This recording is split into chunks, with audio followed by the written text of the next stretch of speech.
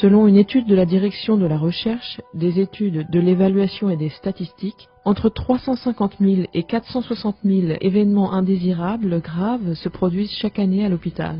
Ils sont essentiellement produits par des actes invasifs, médicaments, chirurgie, implants. On pourrait en éviter jusqu'à 190 000. On estime à 750 000 le nombre d'infections nosocomiales par an. 30% pourraient être évités. Un patient sur 10 rentrant à l'hôpital subit un événement indésirable lié aux soins. Selon l'Organisation mondiale de la santé, 30 000 patients décèdent tous les ans d'accidents médicaux dans nos hôpitaux. La Fédération hospitalière de France estime qu'il y aurait entre 200 000 et 400 000 opérations chirurgicales inutiles en France tous les ans.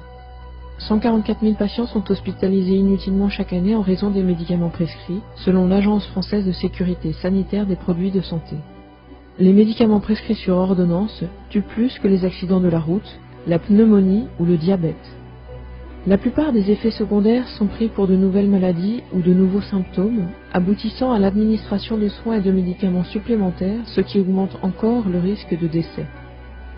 Le coût des effets secondaires représente 79 milliards d'euros au sein de l'Union européenne. Il tue près de 200 000 Européens tous les ans. S'il y a autant de réactions négatives aux médicaments en France et en Europe, c'est en raison du nombre de médicaments consommés et prescrits.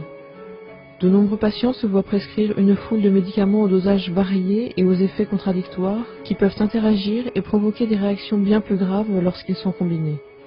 Nous avons atteint le point de saturation pour la prescription des médicaments. Nous sommes arrivés au stade où toutes les eaux testées contiennent des restes mesurables de médicaments. Les tonnes d'antibiotiques utilisées dans l'élevage de fermes, qui se répandent dans toutes nos rivières, donnent aux bactéries présentes dans les systèmes de traitement des eaux une résistance accrue aux antibiotiques. On retrouve ces bactéries dans nos réserves d'eau. La France détient le record de la consommation de médicaments en Europe. Les pharmacies distribuent tous les ans plus de 1500 unités de médicaments par patient contre 1000 en Allemagne et 750 en Italie. En 2010, 50 boîtes de médicaments ont été prescrites par personne en France, ce qui fait plus de 3 milliards de boîtes de médicaments vendues dans l'année. 50% des Français âgés de plus de 65 ans prennent entre 1 et 4 médicaments chaque jour. 38% de ces Français prennent de 5 à 10 médicaments par jour. 1% de ces Français prennent plus de 10 médicaments différents par jour. Les médecins français prescrivent 4 fois plus que les médecins britanniques, irlandais, italiens ou grecs, et 6 fois plus que les Danois, les Belges et les Allemands, selon le chercheur Bertolt Wurmser, un expert européen sur les questions de santé. À âge égal, beaucoup de Français ont des problèmes de santé qu'ils n'avaient pas il y a 20 ans. Les maladies dégénératives sont de plus en plus répandues. L'incidence de plusieurs cancers a doublé. 12% des personnes âgées de 80 ans sont atteintes de démence sénile que l'on pourrait éviter.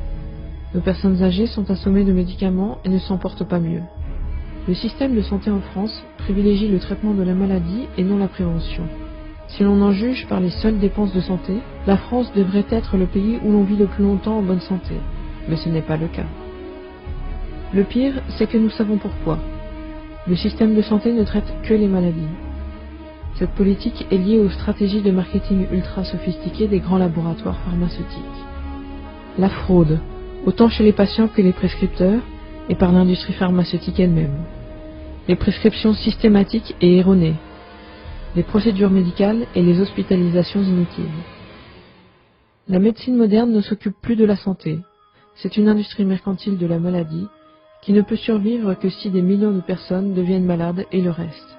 C'est une industrie qui refuse de prendre en compte des aspects vitaux de la santé comme le fait que le stress affaiblit le système immunitaire, ou que la nourriture industrielle, le tabac, l'excès de calories et le manque d'exercice sont des causes directes de la maladie, ou encore que le contact avec des milliers de toxines présentes dans notre environnement et dans notre alimentation ont un lien direct avec nos maladies. On nous dit de faire attention au soleil, mais de plus en plus de personnes meurent chaque année de cancer en raison de manque d'exposition au soleil. Le marketing mensonger a changé nos habitudes alimentaires. Les consommateurs se sont massivement tournés vers les produits alimentaires industriels ou mauvais pour la santé. Tant que nous ne changerons pas l'orientation de notre système de santé, rien ne changera. Nous devons mener une vie plus saine, faire plus d'exercice et adopter des régimes alimentaires adaptés à nos systèmes immunitaires. Nous devrions combattre la maladie, la prévenir et éviter au maximum tous les dommages collatéraux pour les patients. Mais une analyse attentive et objective des faits montre que ce n'est pas le cas. Il est temps d'arrêter de bombarder notre organisme de médicaments et d'aller chercher une bonne santé en vivant de manière saine et équilibrée. Le temps est venu de reprendre le contrôle sur notre santé.